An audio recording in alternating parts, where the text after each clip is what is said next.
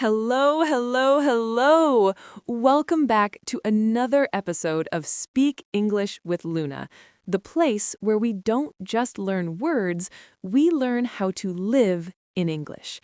I am so happy you clicked play today because we are talking about something that is honestly a total cheat code for your social life. It is called the power of active listening. Now, before we dive in, I have a very special guest with me today. His name is Charlie, and he is one of the most peaceful people I have ever met. Charlie, welcome to the show. Thank you, Luna. It is a pleasure to be here. Hello to everyone listening. I'm really looking forward to sharing some space with you all today. We are so glad to have you. Now, listeners, I have a little challenge for you today. Right now, I am speaking very clearly, right?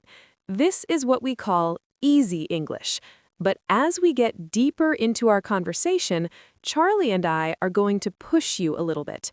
We are going to move into more natural, faster, and more complex English. It is what I call aspirational English. That's a great term, Luna. Learning is about reaching for that next level, even if it feels a little bit scary at first. Exactly. So here is my challenge to you. Stay until the very end. Even if you feel like you are losing the thread, even if the words get big and the sentences get long, stay with us. By the end of this 15-minute session, your brain will have adjusted to a much higher level of English than when you started. Do you accept the challenge? I hope so. I think they are ready, Luna. Active listening isn't just about hearing words, it's about connecting. And that is exactly what our listeners are doing right now, connecting with a new language. It takes courage to listen when things get difficult. It really does. And today, Charlie is going to show us how being a quiet person in a conversation can actually make you the most powerful person in the room. This is a social trick that changed my life when I was moving between different cultures. So, grab your coffee or keep walking your dog, but keep those ears open. Charlie, are you ready to get into the heart of this? I am more than ready. Let's begin. Before we get into the heavy stuff, I want you to take a deep breath with me. I know that when the English starts getting faster, your heart might beat a little faster too. You might feel that panic in your chest when you hear a word you don't know. But I want you to know right now, this is a safe space. You are exactly where you need to be. That's right, Luna. You know, when I talk to people who are learning English, they often apologize to me. They say, "I'm sorry, my English is bad." But to me, those mistakes are just evidence of a brave person trying to bridge a gap. They are signs of growth, not failure. I love that. Evidence of a brave person. Listeners, did you hear that? Charlie is here to remind us that communication isn't about being perfect. It's about being present. If you miss a word, let it go. Don't let one missing word stop you from enjoying the whole story. Precisely. If you're listening to us right now and you don't understand every single sentence, don't panic. Just focus on the melody of the conversation. Focus on the intent behind our words. Active listening, which is our topic today, actually starts with being kind to yourself.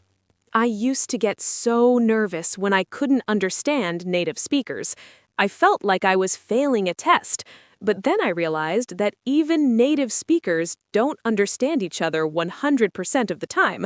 We ask for clarification all the time. We really do. So give yourself permission to be a learner today. It's okay to be in the middle of the journey. We're right here with you. All right, we are feeling safe, we are feeling ready, so let's get into the meat of this conversation. Charlie, when we talk about the power of active listening, a lot of people think it just means staying quiet while the other person talks. But you've told me before that it is actually a very active, almost athletic thing to do. Can you explain that? You're absolutely right, Luna. Most people listen with the intent to reply, not with the intent to understand. They're just waiting for their turn to speak. They are rehearsing their next sentence in their head. But active listening, that is something entirely different. It's about being all in. It's about picking up on the nuances, the things that aren't being said. The things that aren't being said. That sounds like a superpower. I remember when I first moved to the US, I was so worried about my grammar that I wasn't really listening to the people I was talking to. I was just scanning their sentences for words I knew. I felt like I was missing the soul of the conversation. And that's where the social trick comes in. You see, everyone in this world has a deep, fundamental need to be heard. When you truly listen to someone, when you lean in, maintain eye contact, and give them your full, undivided attention, you are giving them a rare gift. Let me tell you a story about a time this changed everything for me. Oh, I love a good story. Please share it with us. Years ago, I was working in a high-pressure corporate environment. There was a colleague, let's call him Mark. Mark was, he was difficult. He was aggressive in meetings, he would constantly interrupt, and honestly, most people avoided him. One day, we were in a very tense negotiation. The room was full of ego and loud voices. Mark was shouting about a budget error.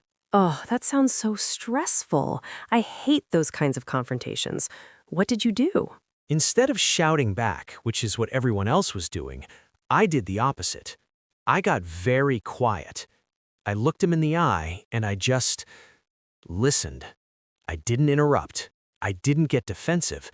When he finally ran out of breath, I waited for 3 seconds. Those 3 seconds felt like an eternity.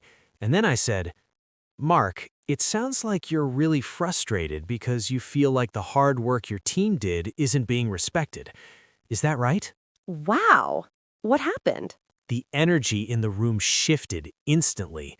His shoulders dropped. The anger just evaporated. He said, "Yes, exactly." By simply reflecting back what I heard, I de-escalated a massive conflict. That is the social trick. If you can summarize what someone else is feeling, they feel an immediate connection to you. They stop seeing you as an opponent and start seeing you as an ally. That is incredible. And for our listeners, notice the language Charlie used. He used reflective listening. He didn't say, "You are wrong." He said, "It sounds like you are feeling." This is a very advanced way to communicate in English. It uses what we call hedging or softening language.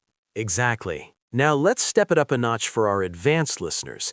When we talk about aspirational English, we're talking about the ability to perceive the undercurrents of a conversation.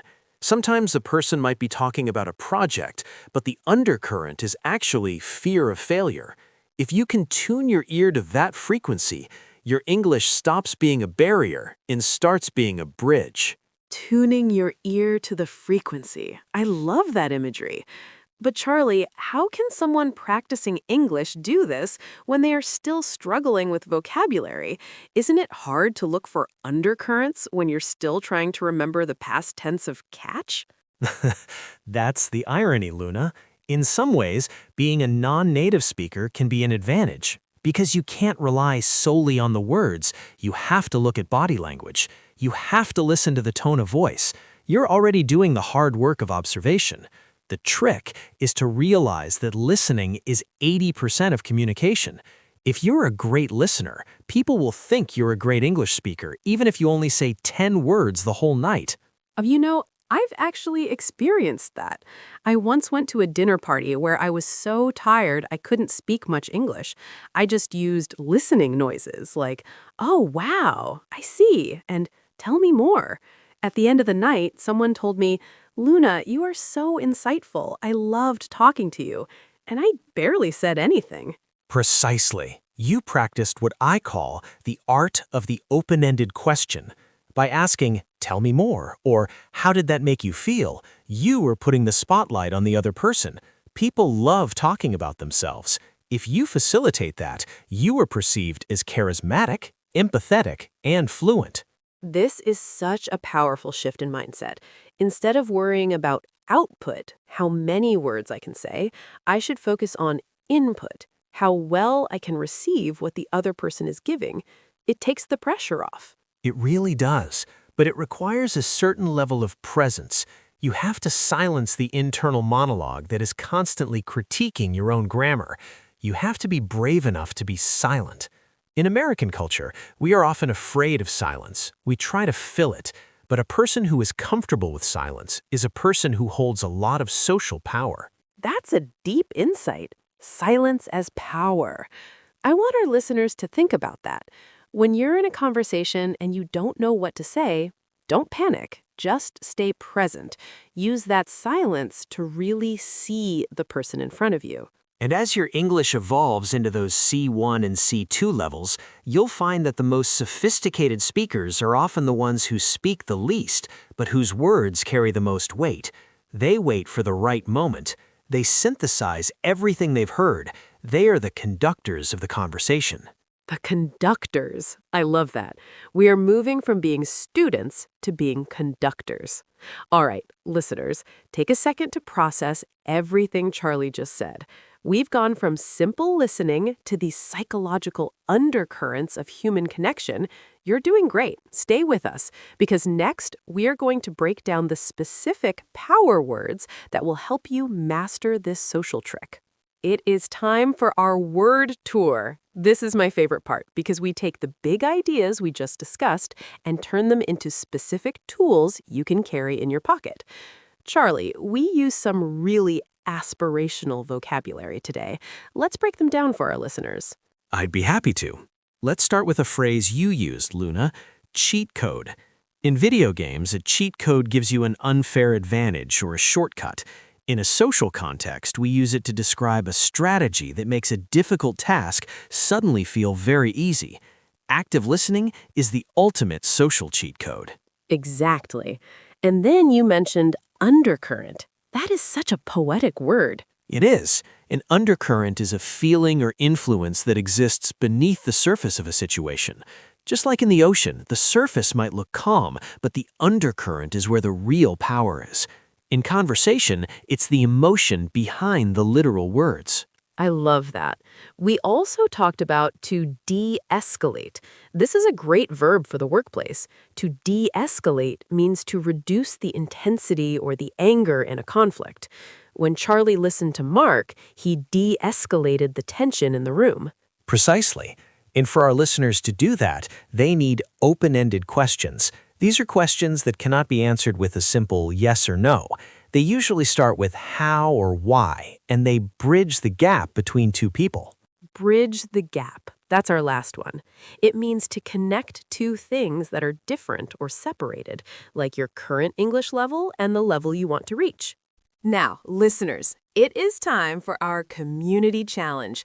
We don't want this to be just another lesson you listen to and then forget. We want you to take these social tricks out into the real world today and see the magic happen for yourself. Here is your mission. In your very next conversation, whether it is in English or your native language, I want you to use one open-ended question followed by an intentional 3-second pause. Just one. See what happens when you give the other person that extra bit of space to breathe and expand on their thoughts. I love that. So my question for the community is this. When you stayed silent for those 3 seconds, what did you discover that you usually miss? Did you notice an undercurrent you hadn't seen before? Share your experience with us. We are listening actively. We did it! You made it to the very end of today's deep dive into active listening. I am so incredibly proud of you. Think back to 15 minutes ago. Did you notice how the English got a bit faster and the ideas got a bit more complex? You stayed with us through the undercurrents and the social tricks, and that means your brain is already growing. It's been a sincere pleasure to share this time with you. Remember, fluency is not just a destination, it's the quality of the connections you make along the way. Keep listening, keep being brave, and you'll find that the world opens up to you in ways you never expected. Thank you so much, Charlie, for your wisdom today. And thank you, listener, for being part of our community. If you enjoyed this episode, please follow the show and share it with a friend who is also on their English journey. Every time you listen, you're one step closer to that aspirational English you dream of. I'm Luna, and this was Speak English with Luna. See you in the next one. Bye-bye.